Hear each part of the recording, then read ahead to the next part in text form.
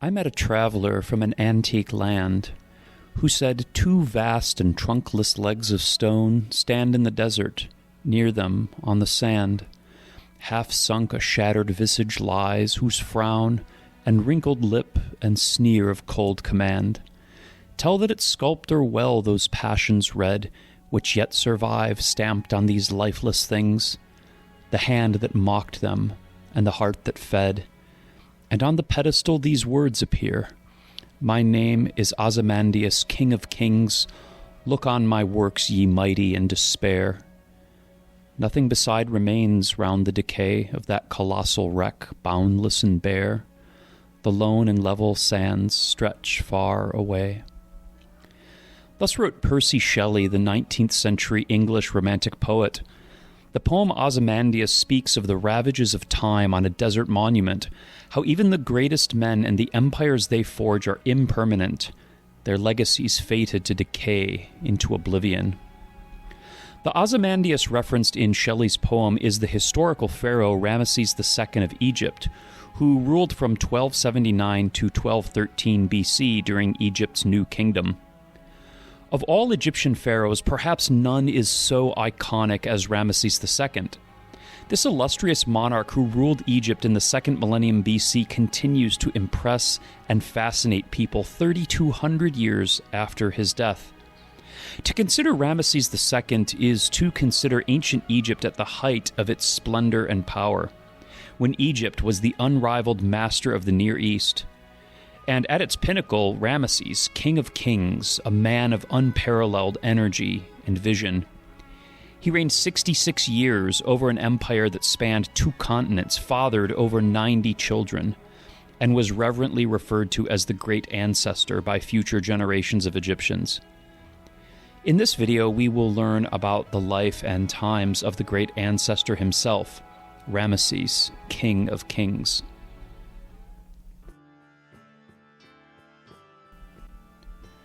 Ramesses came from a family with a long line of military service to the crown. They were originally commoners, but as their status slowly rose, they moved closer to the royal families during the reigns of pharaohs Tutankhamun and I. The star of Ramesses' family began to ascend with Ramesses' grandfather, Paramessu. Paramessu had distinguished himself as a military officer under the reign of Pharaoh Horemheb of the 18th dynasty. He acquitted himself admirably in every post he held. Promotion followed promotion until Paramessu was elevated to vizier, the chief advisor to Horemheb, a kind of prime minister. Horemheb, having no children of his own, eventually designated Paramessu as his successor while still living. Paramessu accordingly changed his name to the more distinguished Ramesses, which means Ra has fashioned him. Vizier Ramesses had a son named Seti. Seti in turn married a noblewoman named Tia, by whom he had his own son, whom he named Ramesses in honor of the vizier. Born in 1303 BC, this child would be the great Ramesses II. The younger Ramesses thus grew up in the shadow of his renowned grandfather. When Pharaoh Horemheb finally died in 1292 BC, the elder Ramesses ascended the throne of Egypt as Pharaoh Ramesses I. The younger Ramesses at this time was 11 years old. Young Ramesses would never be out of the public eye again. As Ramesses I was already old when he ascended the throne, his reign was brief, less than 2 years. By 1292, the elder Ramesses was dead and power had been passed to his son Seti. The most notable accomplishment of Ramesses I was thus not anything he did as pharaoh, but the founding of a new dynasty, the Ramessids, which history calls the 19th dynasty. After taking power, Seti made his young Ramesses prince regent and brought him into the government, entrusting him with overseeing a military campaign in Nubia and accompanying his father on expeditions into Canaan. Young Ramesses acquired valuable military experience on these excursions and won the loyalty and admiration of the Egyptian military, who respected the intrepid young prince's character and discipline. In year 9 of his reign, Seti formally designated Ramesses his successor. Ramesses began wearing the trappings of royalty.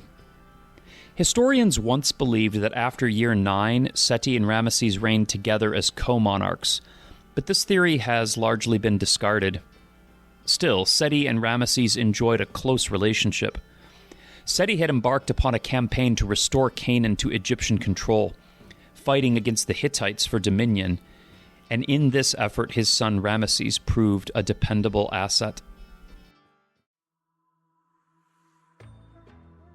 Seti died prematurely in 1279 BC at age 44, bringing Ramesses to the throne at 24 years of age. The first test of the young pharaoh was against the Sherden pirates. The Sherden were a group of raiders who had been wreaking havoc along Egypt's Mediterranean coasts for years. Pharaoh Ramesses stationed ships in hiding at various points along the coast, then patiently waited for the Sherden to move in and attack their perceived prey before springing his trap, catching them by surprise and capturing the entire Sherden fleet in a single maneuver. Ramesses was a forgiving opponent, however, as later inscriptions show the captured Sherden were made part of Ramesses' personal bodyguard. The victory over the Sherden pirates established Ramesses as a clever leader capable of thinking strategically. Ramesses' leadership would be sorely tried in his next challenge, continuing his father's work of restoring Egyptian power in Syria and pressing back the advances of the Hittites. In the 4th year of his reign, Ramesses launched an invasion of the Levant, capturing the Hittite state of Amurru. But this was only a prelude to the real conflict, as Ramesses knew the Hittite king Muwatilus would not ignore such an incursion into his territory.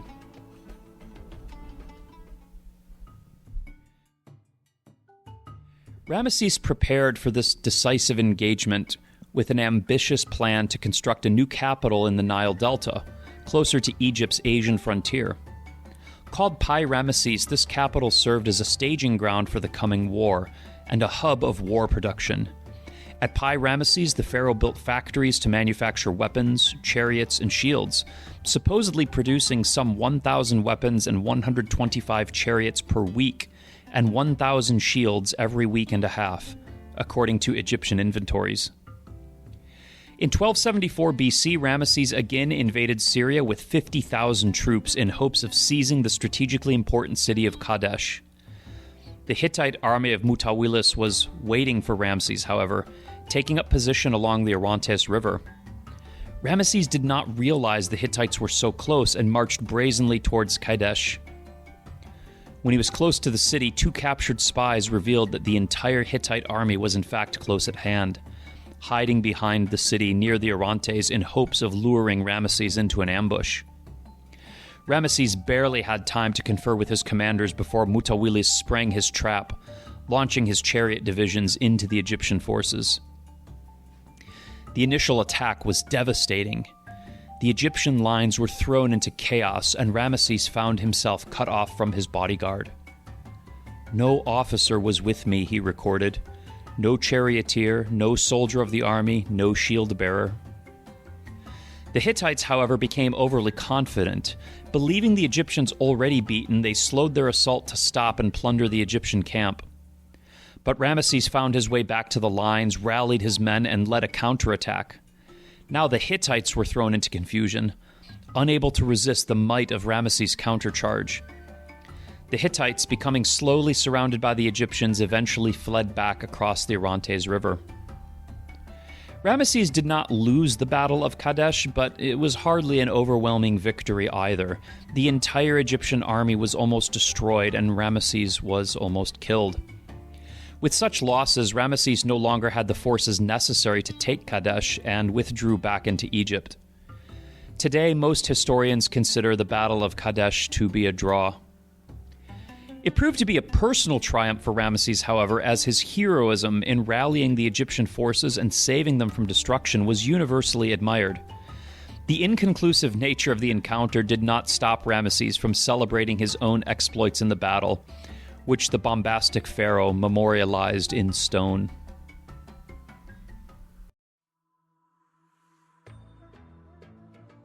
Ramesses' setback in Syria was a harsh lesson about the unpredictability of warfare, as well as the cost of appearing weak.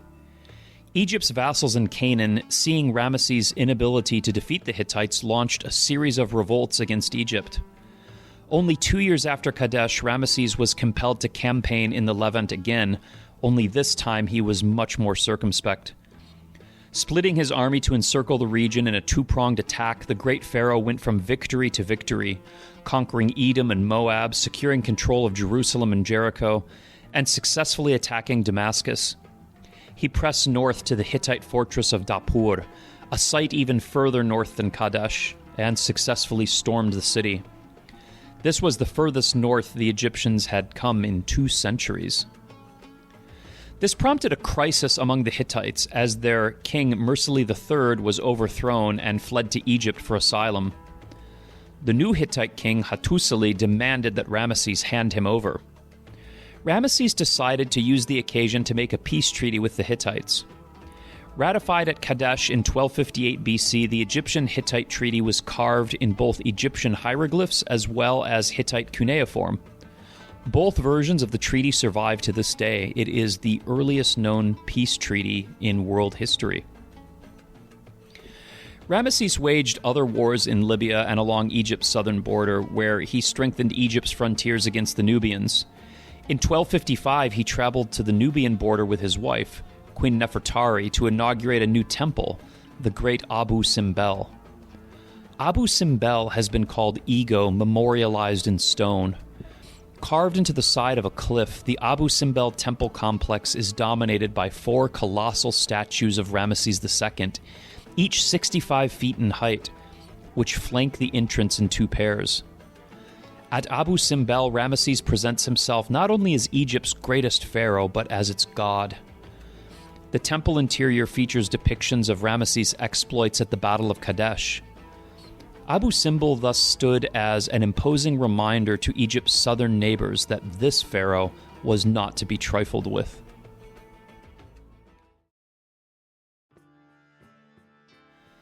Throughout his long reign, Ramesses II filled Egypt with monuments from one end to the other. The grandest was undoubtedly a temple complex known as the Ramesseum, located on the Nile's west bank near Thebes. The Ramesseum was a mortuary temple built to commemorate the pharaoh's reign and perpetuate his cult after death. 20 years in the making, the Ramesseum was a testimony to the splendor of Ramesses. Accessed by 2 courtyards flanked by massive stone pylons, the central hall featured 48 gargantuan columns supporting a heavy stone ceiling. This in turn led to an inner sanctuary where the priests of Ramesses' cult carried out their magical rituals to perpetuate the king's memory and secure his blessedness in the afterlife. The pylons and outer walls were decorated with scenes commemorating Ramesses' victories and praising his piety before the gods. The Ramesseum once featured a colossal statue of Ramesses. Only fragments remain today, but the statue is estimated to have stood 62 feet high and weighed 1,000 tons. Statues of other gods, such as Osiris and Min, were found throughout this complex as well. Though today the Ramesseum is only a shadow of its former glory, it's not hard to envision how magnificent the temple must have been during its heyday. While the mortuary cult of Ramesses has long vanished, the Ramesseum still perpetuates the memory of the pharaoh, even to this day. Ramesses II was graced with an exceptionally long reign. Egyptian tradition granted rulers who passed 30 years on the throne a special celebration called a Sed festival. Sed festivals were held to honor and rejuvenate the pharaoh's strength. Only halfway through what would be a 66-year reign, Ramesses had already eclipsed all but a few of his greatest predecessors in his achievements. He had brought peace, maintained Egyptian borders, and built great and numerous monuments across the empire. His country was more prosperous and powerful than it had been in nearly a century. Ramesses' Sed festival in 1249 BC must have been among history's greatest celebrations, with festivities stretching from one end of Egypt to the other. Sed festivals traditionally were held again every 3 years after the 30th for as long as the pharaoh lived. Ramesses II eventually celebrated an unprecedented 13 or 14 Sed festivals. The great Ramesses would rule for 66 years and 2 months, surviving to be about 90 years old. He died in 1213 BC, having outlived many of his wives and children. Ramesses was buried in a cliff tomb in the Valley of the Kings opposite the sacred city of Thebes in Upper Egypt, the resting place of many New Kingdom pharaohs. The mummified body of Ramesses was moved several times to protect it from looting. It eventually wound up in a tomb called the Royal Cache, a kind of New Kingdom mausoleum where over 50 pharaohs were buried. It was rediscovered in 1881, and scientific analysis has revealed the late pharaoh suffered from severe arthritis and hardening of the arteries. In addition, the skeleton of Ramesses had a large hole in the jaw from an abscessed tooth. This must have caused Ramesses considerable pain. In fact, signs of infection around the area suggest this may have been the cause of death. The mummy of Ramesses II can still be viewed today in Egypt's National Museum in Cairo. The legacy of this great man still impresses us to this day, even across 3,000 years. Ramesses II represents the pinnacle of Egypt's power and apogee of ancient Egyptian civilization. Egypt's new kingdom went into decline shortly after his death, and Ramesses was thus not only the greatest pharaoh, but the last great pharaoh of Egypt, the great ancestor whose life and achievements are emblematic of ancient Egypt itself. If you made it this far, thank you for watching, and I hope you learned something. What other subjects would you like to see covered on Historia Verax? Let us know in the comments, and I'll see you in the next video.